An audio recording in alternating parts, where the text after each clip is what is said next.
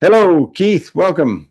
Glad you're able to join us. We're got a survey going right now. If that's on your screen, you can just pull it to the one side.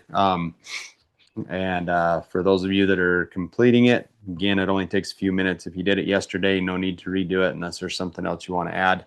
We do appreciate the testimonials and appreciate the suggestions of future speakers for these events. So we're grateful to have Keith Berns here with us. He's the owner of Green Cover Seeds in Nebraska.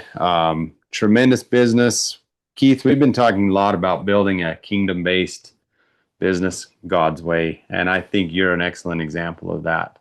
Like it's you're not afraid to say, hey, here's what I believe in, and I would credit a lot of the success that you've had in your business to the fact that you started off on the right foot. That even goes to show. I can't read the full quote behind you, but it looks like a good one. Yeah, yeah. Okay, there we are. Camera it There is. we Stay are. there. Yep, there we go. Yeah, very good. I love it. I love it. Whatever you do, do it all for the glory of God. So yeah, let's go ahead. Let's run with your presentation, Keith. Thanks again for jumping Okay. on with us today. All right. You ready for me to? Yeah, let's jump right in. Okay. Well, great. It's good to join everybody here today. It's always an honor to be with like-minded folks who are interested in stewarding that next generation. So we're excited to do that. So like Jared said, we farm and have a cover crop seed business. We're here in Nebraska. I guess I usually have a map, but we're in South Central Nebraska. Just a little bit of background. We farm here. My brother and I farm a couple thousand acres. We've been no-tilling for 30 plus years. Well, about now we're about 60% irrigated, 40% dry land. We've converted just a bit more. And corn, beans, and multiple cover crop seed production is what we're doing right now. So we've got sunflowers growing, we've got buckwheat growing, we harvested rye, and then of course we grow the traditional corn and beans here as well. We started green cover 15, 16 years ago in 2009. And you can see this picture here is kind of what it looks like now. And I show this because in 2011, this is all farm ground. So this has all been built out in response to how quickly the demand for cover crop seed, the soil health movement, regenerative ag movement, whatever you want to call it, how fast that's grown and how it's kind of, just kind of taken over. When we started, it was much smaller than the farm. And now, we employ about 55 people and about four of them are on the farm side and the other 51 on the cover crop side. So it has been a blessing, not without its challenges, as everyone well knows, but we are thankful to God for the provision of helping us get there. So our mission statement, what gets us going every day, is we are here to help people regenerate, steward, and share God's creation for future generations. That's what we want to try to do, and that's what our employees are bought into as well. And that's why we not only sell cover crop seed, but we do lots of education. We have lots of free resources out there for folks because we want them to be able to help regenerate their soils, whether they're getting seed from us or not. We want to be part of that process if we're able. So, with all that being said, that just kind of gives us a little introduction. And so, a question we ask ourselves a lot is, how do we increase the adoption of soil health practices and cover crops? Because we know that cover crops, as powerful of a tool as they are, they're only being used on, 5 or 6% of the crop ground across the United States. So, no-till is a little more widespread, but as far as kind of that whole soil health regenerative system, how do we increase the adoption of that? And, as we look at that, as we try to answer that question, one of the things that we keep coming back to, of course, this is the political comic, from several election cycles ago. It's the economy, stupid. But I think when it comes to these types of things, I think we can say it's the economics. It's the economics that people have to understand in order for them to adopt these practices. Farmers must understand the economic benefits of soil health and cover crops. And then I think once they do, then it's a much easier shift over to that. So, this talk is kind of based around the fact that there is no better economics than free stuff. Everybody loves freebies. Farmers especially love freebies. And if you could get something for free, that's a pretty good thing to add into your economy. It helps your bottom line. And so I'm here to tell you that God has given us 7 things. And I call these bio graces. It's a term I kind of made up because they're things that we have from grace and they're biological. And so I call these the 7 free bio graces for farmers. And we'll start out, first of all, you have to understand what true grace is. It's true, something given to you by grace. It's free. You can't buy it. It's undeserved. You can't really earn it. And it's unrestricted in the fact that everyone has access to it. And so, of course, the best example of this is, the eternal life that God gives us through his son, Jesus. We can't buy that. We don't deserve it. We can't earn it. And everyone has access to it. But in addition to that, as farmers, we have other things that he has given us as well. And that's what I want to look at here this afternoon, to just show you that we have these 7 free bio graces. And when we can take advantage of them as farmers, we can really improve the bottom line. We can improve our economy, and we can be a much better steward of what God has given us. So, number one, solar energy, it's limitless and it's free, and plants are the best way to capture, store, and convert it to something of value. So, sunshine. Sunlight is the first thing that we get for free. It's given to us by grace. We don't earn it, we can't buy it, and everyone has access to it. So, it definitely fits that definition of grace. And it is the energy that powers all of our ag system. It's the energy that powers life, because sunlight, giving capturing that solar energy, that plant can turn CO2, which most people consider a waste product, and water, into glucose and oxygen, 2 things of huge value. We're going to see how important those are.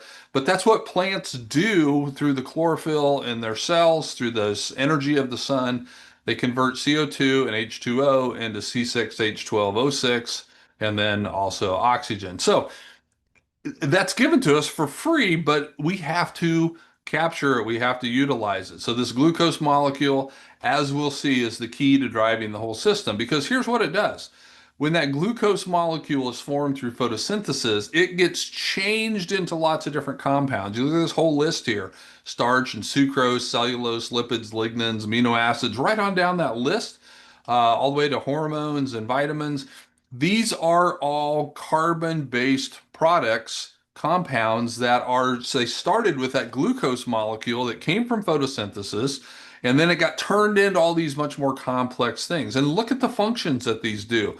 Literally every function within that plant is driven by the fact that they need that glucose molecule as that building block. And literally every function in our human bodies, because if you look at this list, it's very similar to what the functions in a plant are the same functions within the human body.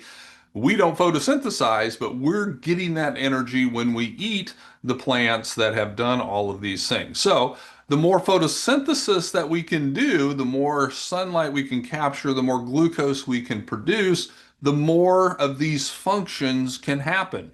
And these are kind of in a ascending order. So we're going to start at the first ones. And if we run out of carbon, or if we run out of other things, we never get down to these secondary metabolites, and we don't have very good defense. We don't have a lot of alkaloids and terpenes, and we don't have the fruits and flowers and leaves that a really healthy plant would have. And so that's what we look for in a really healthy plant. It has plenty of carbon being produced in the system to do all this.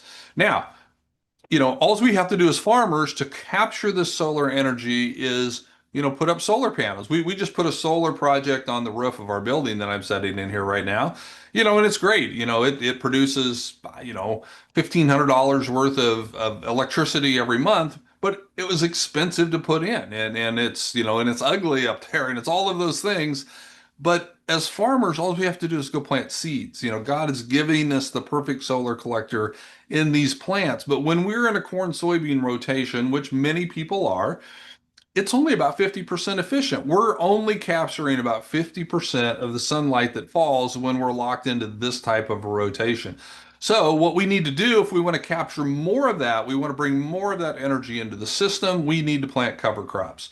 And we can graze them. There's all sorts of things that we can do with them to capture additional value, but the real value is the fact that those green growing plants, kind of in that off season, are still capturing solar energy. They're making glucose, they're pumping that into the soil, and they're energizing our system, and they're allowing more of those critical functions to happen within our system.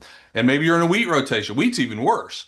We harvest wheat in July, and if we plant a spring crop the next year, well, that's a 10-month period where we've got nothing growing out there. And we've got a neighbor right down the road here. He harvested a wheat crop. We've caught some decent rains. Certainly could have something growing, but he's keeping it sprayed clean, clean stubble. And totally understand. We used to have that mindset as well. Keep anything from growing out there for 10 months until we plant our next crop. And while that may look good from the road because there's no weeds growing out there, it's a sterile system. There's nothing growing, there's nothing feeding the biology. We're wasting opportunities when we could have a cover crop out there growing, capturing solar energy and putting it into the soil. So when I see things like this, when I just see these bare stubble fields, or even worse, when it's a clean till or clean sprayed fallow field, it's really just a missed opportunity. It's a missed opportunity to capture solar energy and to put it into the soil where it's desperately needed. Okay, so that's number one. Solar energy is free. Let's get as much of it as we can. Number two, carbon is not a problem. It's free food and energy for both plants and biology. Now, if you look at the news, you would think carbon is going to kill us all. Carbon needs a new press agent. It's the whipping boy of the environmentalist movement. And it's getting blamed for lots of things that it's really not necessarily totally to blame for. And so, carbon is the building blocks of that glucose molecule. It's the building blocks of photosynthesis. So we know that's coming out of the atmosphere. And we have to have it in order to do all these things. The same chart that I showed you earlier. If we want these functions to happen, we have to have carbon in the system. And those plants are pulling that carbon out of the atmosphere. And here's how it works. The plant is photosynthesizing as we saw, and it's taking that CO2 out of the atmosphere. And actually, some of the CO2 is also coming up out of the soil or the decomposing residue from previous crops. So it's capturing carbon from below as well as from above. But the plant is making this carbon, making that glucose molecule, but as much as 50% of that carbon the plant is producing is not used to grow the plant, but it's leaked out into the root system, into that rhizosphere. It's being leaked out there, and all these soil organisms are eating it. They're consuming it. It's their food source. It's their energy. And in exchange, they're providing services back to the plant because plants are pretty smart. And if they're pumping that carbon into the soil, and I got some cool pictures showing you how that works, if they're putting that out there and there's no biology there to deliver a benefit back to the plant, well, plants are pretty smart and they will stop putting that carbon into the soil. If there's no return on their investment, they stop making the investment. That's what we should do as people. It's what we should do as countries.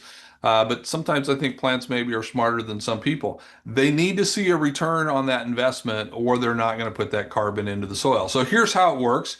These are some really cool pictures from our friend Jimmy Emmons. Many of you know Jimmy, a great rancher, farmer rancher from Oklahoma, and he's now actually the assistant chief to the NRCS. So he is working on our behalf in DC to try to make good policies. But anyway, this is some pictures Jimmy took at a field day that he had a few years ago. This is cover crop cereal rye that he had planted after a summer harvested crop. So he planted the cereal rye and it was 8 to 10 inches tall. This was later in the fall when he had a field day, took these pictures. First thing to notice is look at all of the soil sticking to the roots. That tells you, number one, he's got a really healthy system. He's got lots of biology. Those roots are just covered with soil particles. So that's a really good sign.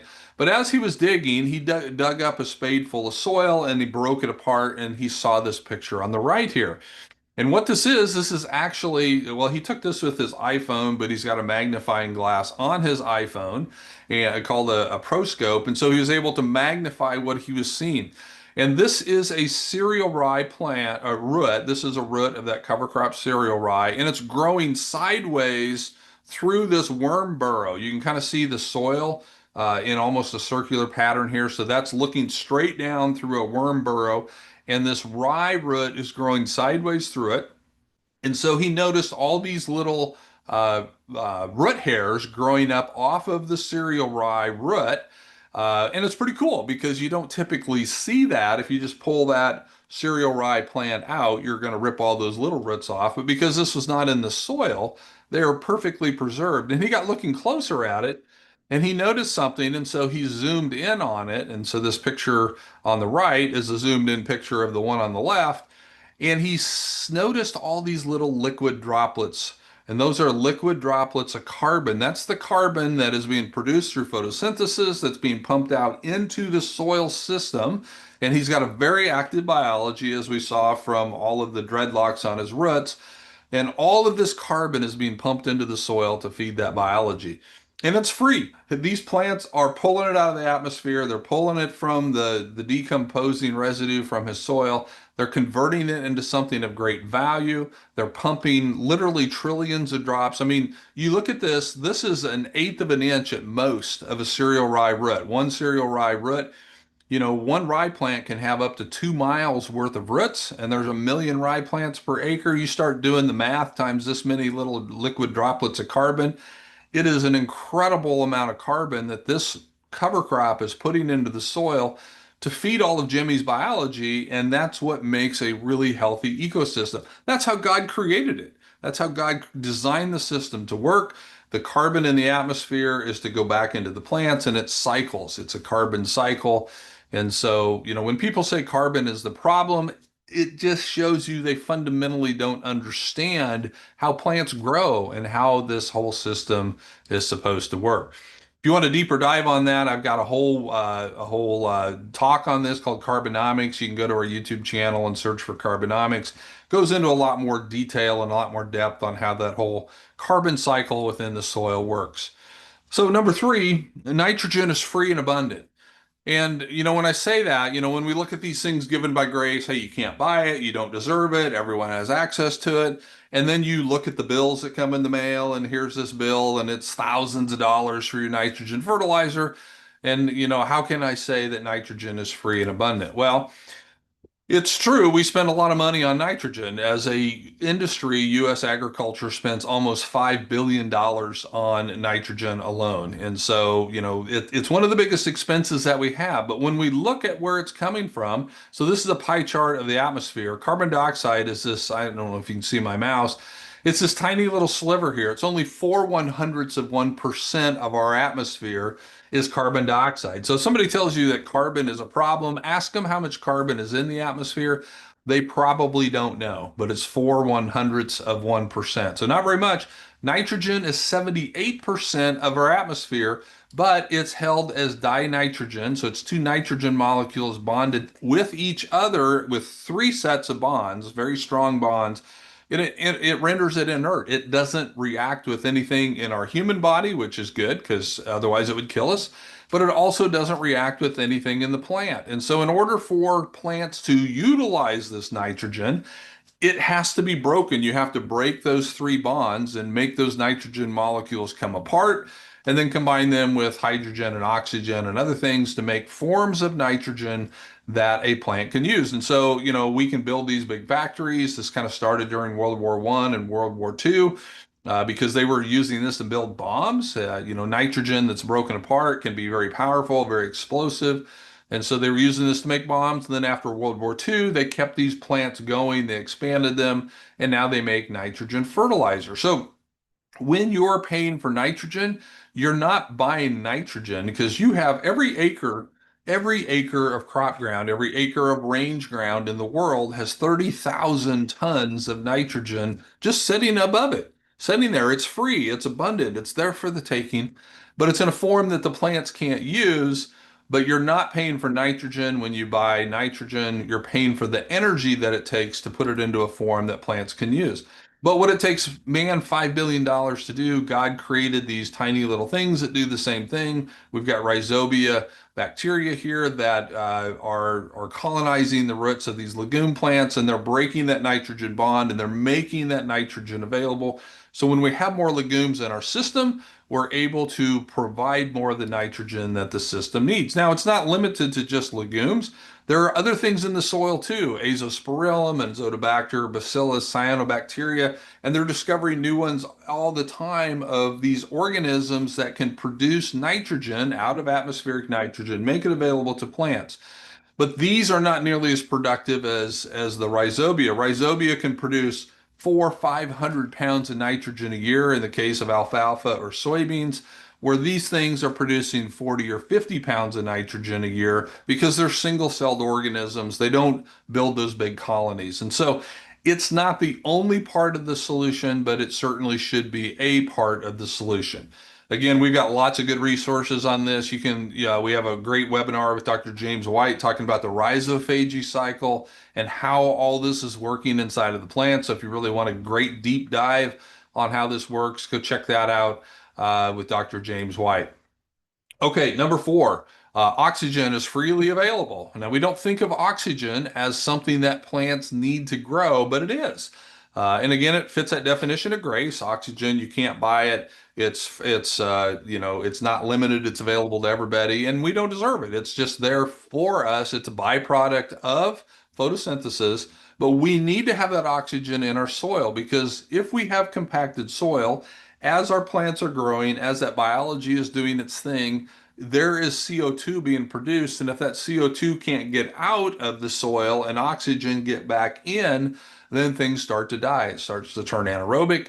The good biology dies, bad biology takes over, and roots will never grow deeper than what oxygen can get into the soil. So sometimes the limiting factor on growing a crop, it might not be water, it might be oxygen. And the fact that your soil is so compacted that you can't drive oxygen deeper into the soil, your roots will not grow deeper than where that's happening. So if you got something that looks like this on the left, where it's compacted like a brick, you are not going to have roots grow very deep. But if you got really nice mellow soil, well aerated, the roots are penetrating, you're going to have oxygen as deep as those roots are. That's going to be much, much better. And it can also, sometimes roots don't just stop at a compaction layer because of mechanical impedance. This was some information that Nicole Masters was showing when she was here at her farm back in June. She was showing this research that shows that when you have compaction and the gas diffusion, those gases can't move very fast, very efficiently. Ethylene is a byproduct of the plant growing process. When ethylene accumulates, number one, it triggers a ripening effect with fruit. So like if you have a green banana, they'll subject that to ethylene to make it ripen. Green tomato, same thing. But in the soil, ethylene triggers a hormone response that restricts root growth or makes roots go sideways instead of going down. And again, that all happens because that ethylene can't move back out of the soil. It can't diffuse enough, and it can trigger that response. It really restricts your root growth. So instead of having roots that are compacted, we need things that will help open it up. So we like plant roots, we like earthworms, we like all of those things that can help aerate that soil and allow that oxygen to get down there. All right, number 5, soils are rich in minerals and plant nutrients, and we just have to go get them. So, when you look at a soil, it's 45% by weight, it's minerals. And then you got the water, you got the airspace, but the majority of the weight of soil is made up of minerals. And those minerals are the things that your plants need to grow. Now, nitrogen is not a soil mineral, that's out of the atmosphere. We just looked at that. But phosphorus and potassium and sulfur and all of these other things are coming from the mineral portion of our soil. And if you don't believe how much you have, do this. This is a common soil test. You send it into Ward Labs or any soil lab. They're going to give you these numbers, and it's not telling you what's in your soil. It's only telling you what the plants can get to in your soil. So this is plant available nutrients. But if you send that same test in and you request a TND or a total nutrient digest test, then they will test everything that's in your soil, whether the plants can get to it or not. They can test everything. And so this is an average of 68 samples and just 6 inches, and your soils are much deeper than 6 inches. But on average, there was 878 pounds of phosphorus, 3,700 pounds of potassium, 8,600 pounds of calcium, and right on down the list. There's a huge amount of these nutrients in our soils, but most of them are tied up in a form that plants can't get to. Just like the nitrogen in the atmosphere is not available to the plants, most of the nutrients in the soil is not available directly to the plants. God designed the system that way because it all goes through the biology. Because if it was all available to the plants would get too much at the wrong time. You would get it leaching away. There'd be all kinds of bad things that would happen. So it needs to be held in those unavailable forms. And then the biology makes it available for the plants as they go. And so that's what we have to do. We have to get the biology involved. And so I love this article in Scientific America. It says mycorrhiza fungi run the largest mining operation in the world. It's great because it's microscopic mining. And you see this picture on the right here. This is a little piece of mineral. Think of it as a little grain of sand. And these brown tunnels or these channels are actually mine shafts that have been chemically bored into here by mycorrhiza fungi. Here's what it looks like. This is a plant root. These little dark things, the round dark things inside that plant root are the arbuscles. And then you have these hyphae growing out through the wall of the mycorrhiza, out of the root, these mycorrhiza fungi. That's what's actually, those are so small, they're so delicate, but yet they can tunnel in, they can burrow in because they're doing it with chemicals and with bacteria, and they're actually converting solid rock into liquid minerals. And then those liquid minerals they're delivering back to their host plant in a form that those plants can use. And that's super cool, but those mycorrhiza can't live on those minerals. They have to have the carbon that comes from the plant. So essentially, the carbon is the payment that the plants are using to hire these guys. Here's another picture of it. Hire these guys to go out and get the nutrients that they need. Again, lots of good resources. Dr. Christine Jones, she's one of the best soil microbiologists of our lifetime. We've got a 4-part series, webinar series with her. You can get on and read, listen to the one called The Phosphorus Paradox, where she talks a lot about how this process works. All right, number 6, water is given to all. And now why it may not be at the right times and the right amounts that we want. We don't buy the precipitation. We don't earn it. We don't deserve it. And when it falls, it's available to everybody that it falls on. So I submit that it is given to us by grace, even though it doesn't always come at the right times and the right amounts that we want. It's frustrating because we can't control the water cycle. You look at this water cycle and it's complicated. There's all this transpiration and condensation and transportation of it and deposits and all of this. But there is one part of this water cycle that we can control, but so many of us do not take advantage of it, and it's right here. It's the infiltration. We have almost total control over how much infiltration that we can get from the rainfall, from the precipitation that falls. And so I love this picture. This is pictures sent to us by one of our customers in Oklahoma. The NRCS had just been out a few weeks before, and so they had good data on these 2 farms. And then they got a 5.3-inch rain in about an hour. So the neighbor on the right here, conventional tillage, only grows wheat, no cover crops, no grazing. NRCS had tested his infiltration in that field at 0.6 of an inch in an hour. So out of a 5.3-inch rain, he got 0.6 of it, and the rest of it is running off the ditch right here. You can see that. So he got 16,507 gallons of water. Our friend, our customer, our seed grower, Russ Jackson, farms over here. He's got a no-till crop rotation. He plants cover crops. He's got good planned grazing management. He's got all of the soil health principles clicking. The NRCS had been there. They tested his infiltration at 6 inches an hour, 10 times his neighbor. So how much rain did he get? Well, he got it all, because 6 inches of infiltration an hour can take in a 5.3-inch rainfall event. He got almost 144,000 gallons of water stored. And it doesn't take a rocket scientist to figure out who's going to grow better crops the next year on this. And so we can control the infiltration, and we have to have infiltration because, let's face it, the rainfall events, they seem to be less frequent and more intense as they're coming.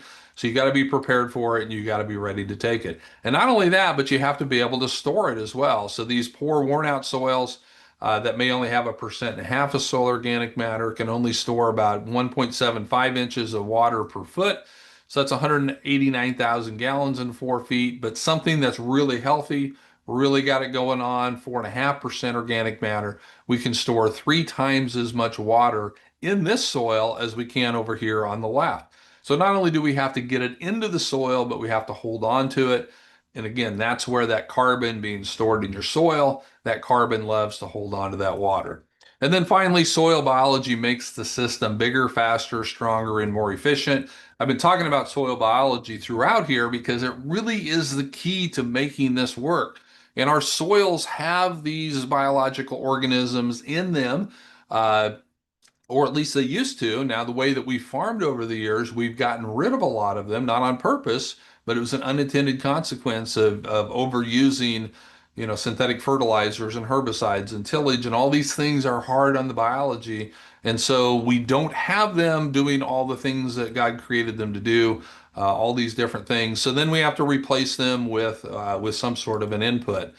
And so, whether it's earthworms, mycorrhiza fungi, or the rhizobium, they're really doing critical function. So here, we like to say we need the biology. So sometimes we have to seed them. In other words, we have to put some into the soil. And the easiest way to do that is the seed treatments right on the seed as you plant it. So whether it's a rhizobia inoculant, a compost extract inoculant, some sort of mycorrhiza inoculant. There are ways that you can put some things back into the soil. Now, you don't have to do that forever. Once you get your system rebuilt, it will be there and it will function. But the important thing is you have to then feed them. Because if you put biology into your soil and you don't have this liquid carbon source like what we looked at out there, they have nothing to eat and those populations will die off. So it's really, you have to be thinking about them like a livestock herd, like wildlife. You have to provide a habitat, you have to provide a food source for them if you want to keep those populations healthy and going. So again, great webinar here from Dr. Jones on how all of that works together. So as we close, all of these things are given to us by grace. It's free, it's undeserved, and it's available to everyone. But here's the thing. Grace is not automatic. You have to reach out and grasp it. You have to accept it. Just like Jesus died for everybody, but only those who accept that are going to be able to take advantage of it. And it's the same way with these 7 graces that God has given us within our soils. We have to do something to implement and integrate these into our life. And of course, this is going to be preaching to the choir, but we do that through following these principles of soil health. So I know I'm out of time, so we keep the soil covered. We want to minimize those disturbances. So here's a great example of an organic farmer rolling down hairy vetch. That's no disturbance. He's got his fertilizer and his herbicide right there from that vetch crop with no physical, mechanical, chemical, or biological disturbance. We want to maximize the diversity that we have out there, because when we do that, diversity above the ground leads to diversity below the ground, and that really makes the system cook. We want living roots as often as possible. So sometimes that can be with perennial systems, sometimes it can be with interseeding, sometimes it's just doing a cover crop at the right time. And we want to properly manage, we want to integrate livestock, but we need to manage them properly. We can't just throw livestock out there and not have really good management in order to make things work. So I know I went over just a tad on time. I apologize for that. We've got tons of resources on our website. If you want to check those out, we've got these resource guides. You can download those for free. We're working on the 12th edition, which will be out in January. But we've got great articles in here from Ray Archuleta and Gabe Brown and all of the lots of the top people. Christine Jones, many of the people that I mentioned contribute articles to these every year. So go to our website. You can download those. You can shoot me an email or give me a call if you have any questions about any of this stuff. I would be more than happy to help. So again, thank you so much for your time and for your attention. And don't be afraid to go out there and get your share of these free graces. Because here's the thing: if you don't use them, it's not like somebody else can get them. You're not helping other people by not using them yourself, because everybody has access to these. So go out and figure out how you can change your farming system to get more of the free stuff, because that really changes the economics of your operation. All right. Yeah, super cool. Yeah, and actually we do have a little bit of a buffer here. Ray Archuleta is our next speaker, and he'll be on at the hour. So we've got time for a few questions. Where do you see the future of regenerative agriculture? I mean, you are in it. You're in the trenches day and night. Yeah, well, the future of regenerative agriculture, I think, is uh, I think where it needs to go. I don't know if it will go this way or not. We need to focus on growing more food that humans will actually consume, and less commodities that, are getting burnt in a vehicle or fed to an animal. Now, it's still important that we grow those commodities regeneratively, but I think if we're really going to move the needle, if we really want to add value to what we're growing, we have to figure out how to try to get that closer to what humans are consuming. So the whole Maha movement, I think it's going to gain some legs. There's a lot of validity around that. And so, how do we do that? If I'm a corn soybean farmer, how do I grow stuff that humans will consume? Well, you start looking for markets, food grade soybeans, food grade corn, are there other things that we can do or other things we can grow? And you certainly would not want to switch everything over all at once. You would want to, just, experiment on small areas and see where you can go. So, I think that's the ultimate in getting more value for the product. And then certainly, the other way that you can make profit is just spending less to grow it. And that's by reducing your synthetic inputs and replacing it with these biological ones that we just talked about. Mm-hmm. Yeah, really good, really good. What what are you seeing as far as the tide of profitability when people go down the regenerative route versus the conventional route? You kind of have your finger on the pulse there. That is a huge concern. Not so much amongst the livestock producers because we have really great commodity prices, although it's still tight and tough because everything else is increased in price too. But I think that conventional row crop farmers, it's pretty tough for them, right? That's a little bit outside my Oh, no, day-to-day expertise, but yeah, for sure. I mean, when corn is, you know, take your corn to the elevator, sell it for 370. Most guys aren't growing corn for less than $4 a bushel. So, for a lot of people, if they break even this year, they would be pretty happy with that. Now again, government subsidies, will certainly help and, can help people stay afloat, but that's not a long-term solution to be able to do that. no, So, not at all. ideally, we have to stop looking, and I'm sure people have been on here saying this before, but we have to stop looking just at yield, and we need to look at, how much profit did you make? Can you make more profit growing 150 bushel corn with a modest amount of inputs versus 240 bushel of corn with, the whole suite of inputs? Some years, yes, some years, no, but you need to be at least looking at that and what does that look like? And especially if you can grow some sort of specialty corn where you get a premium for it as well. And so the people that we see that are doing the best, that's what they're looking at. They're looking at specialized markets. They're looking at being low cost producers, and they're looking at the profit per acre, not the yield per acre. And that's Mm. hard for a few reasons. Number one, our farmer ego, our mentality has been cooked into it. You have to grow lots of bushels. But number two, you kind of get penalized. Well, not kind of. You do get penalized by the crop insurance system if you're growing lower yielding crops, even if you're more profitable, because the whole insurance system is all based on yield. They don't really care about profitability. It's all about yield there. And so, if you're playing that game, and so many people are, because, if you've got money borrowed at the bank, you're going to have crop insurance, and it's a whole system, it's a whole cycle, and you will penalize yourself by growing lower yields, even if they're more profitable within the confines of that system. So that's a bit of an impediment, and we have to take a serious look at. We are getting. I heard somebody say our farming system is not broken because we're getting exactly what the system was created to produce. Now, it may not be right, but it's not necessarily Not broken broken. because we're Huh, getting the interesting. results.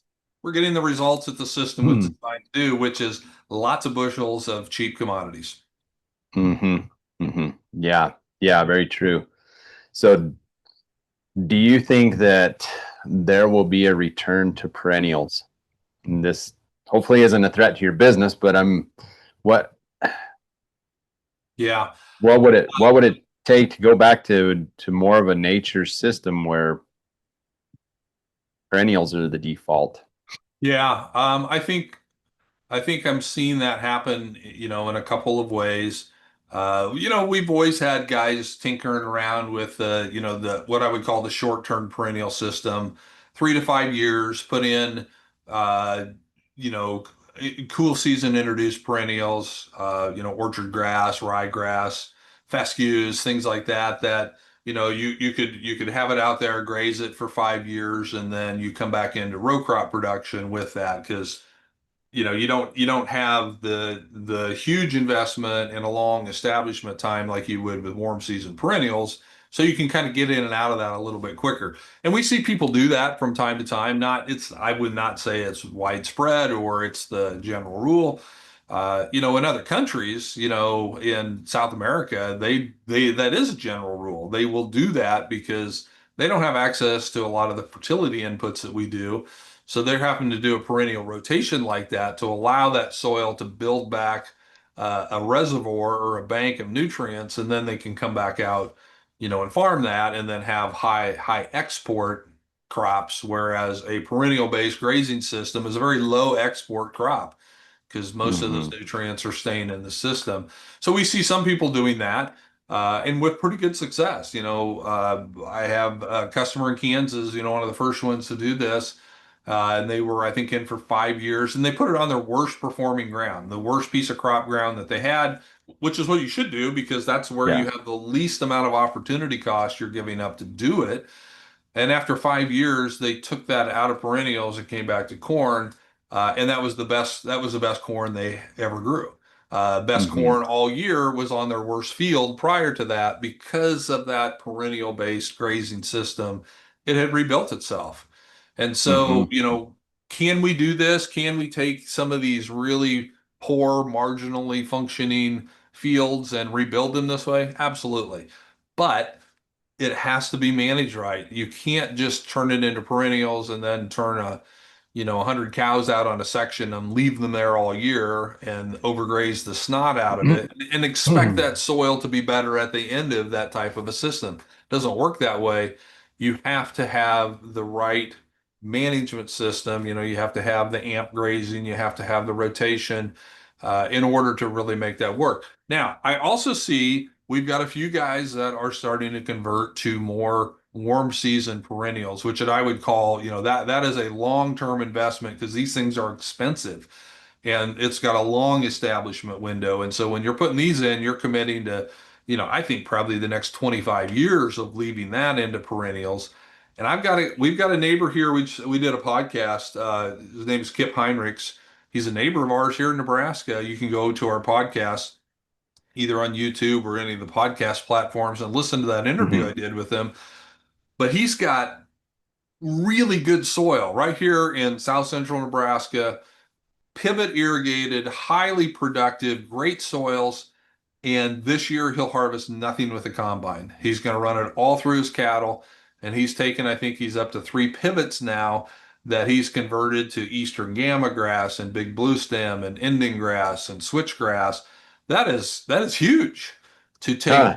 to take Huh. prime irrigated pivot irrigated, farm ground and say, I'm going to graze cattle on it because I think I can make more money than growing commodities. And you know what? Right now, he's absolutely right. He is. Sure. But he's grazing cattle and then he's following that up with sheep. And he added a Okay. bunch of sheep to, his grazing rotation without really reducing the number of cattle that he had, because they kind of eat different things. They have different dietary needs and so, he's doing both and he's doing pretty well right now. And so, he's got very little equipment cost because he doesn't need a combine, he doesn't need a corn planter. He's basically got a drill and then all the cattle handling equipment. So I think yes, it's out there. Is it going to be widespread? I don't know. Uh, what will what will tend to drive it is if the demand for really high quality grass-fed beef continues to grow, which I think it is. But as that continues to grow, this is the type of system where people can do that really, really well. Hmm. Hmm. Yeah, yeah. Appreciate you going there and answering that. That's great. Can we switch gears here just a little bit and talk about how you built your business? What are the principles upon which have allowed you to grow and to scale? Sure. Well, when we started, it was just kind of an outgrowth of the farm, and it was just a way to, have some additional business and income streams to get some of the kids involved. And so when we started, that's kind of what it was. We didn't really think about it being, scaling it. We probably Uh-huh. short-sighted in that. And so, when we first started, we just started, very humbly out of the back of our, farm shop. And in fact, we still have customers that come and they'll say, "Yeah, I remember coming and we were up in your little Morton building and you had those 14-year-old kids out there driving forklifts." And it's like, yeah, probably did. Uh, Yep. so principle number one from the very beginning was we try to approach it with a farmer mentality. And when I say that, I mean, we still farm, we still use these things, and so we still approach it with a farmer mentality. So we are trying to do what's going to be best for the farmer. And, oftentimes that is well, sometimes that conflicts with the business decision, but we want to do what's best for the farmer. And so we have built our entire business around building diverse mixes, custom mixes for people, not because it's easy, because it's a terrible manufacturing model, but because it's the right thing to do to try to tweak that mix to meet the individual needs of people across the country. Number two, from the very beginning, we've been heavily educationally oriented. I taught school for 10 years before I came back to the farm. And so, Okay. education and teaching has just always, been part of, who I am. And we kind of brought that into the business. So from the very beginning, we did lots of free field days and, we put out free material and, now we've got, 400 and some videos on our YouTube channel. And we started a podcast channel that we have now, and these resource guides. Those are expensive to do. We print 30,000 of those. You can see them right here in the background. We print 30,000 of those every year and give them all away for free because we are convinced that if people understand how the soil works, the only logical conclusion you can come to is that you have to have a plant growing to make the system work.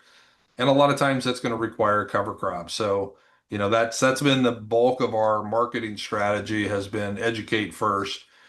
Mm. And then, we certainly, as you mentioned early on, we try to honor God with what we do. Our values are, to treat people right. So we want to do that, whether it's our employees or our customers. We want to exhibit high levels of teamwork. That's another one of our values. Family matters is a value that we have, and it's not just not our own personal families, but the families of our employees. But we consider all of our customers as part of our family as well. And then the last one is always growing, and that's a bit of a play on words because we want our people to Hmm. always be growing, always be Hmm. learning, always be becoming better versions of themselves because of, experiences they've had or things that they've learned. But we also want to see your soils always growing. And that can only happen if, again, if you've got a plant out there and growing, much like the talk that I just did. Without that Yeah. plant out there growing and capturing that CO2, solar energy, and putting it into the soil, the system will not work. The system cannot heal itself. But when it does, it can and it will and it does. Yeah. So good. Yeah, really good. I appreciate you sharing that. And it's been neat to see really the worldwide impact that your business has had. certainly.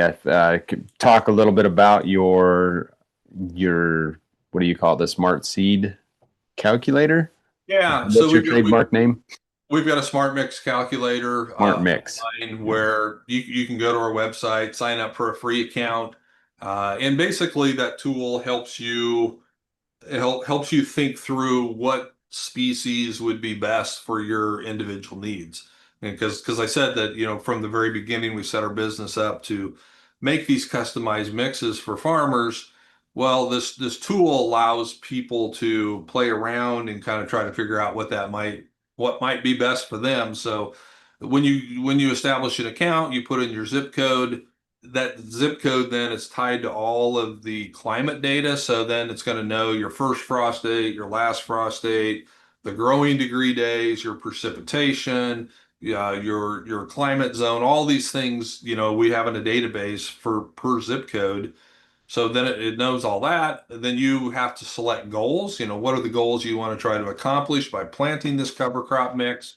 Whether it be enhanced grazing or nitrogen fixation or erosion prevention or pollinator attraction.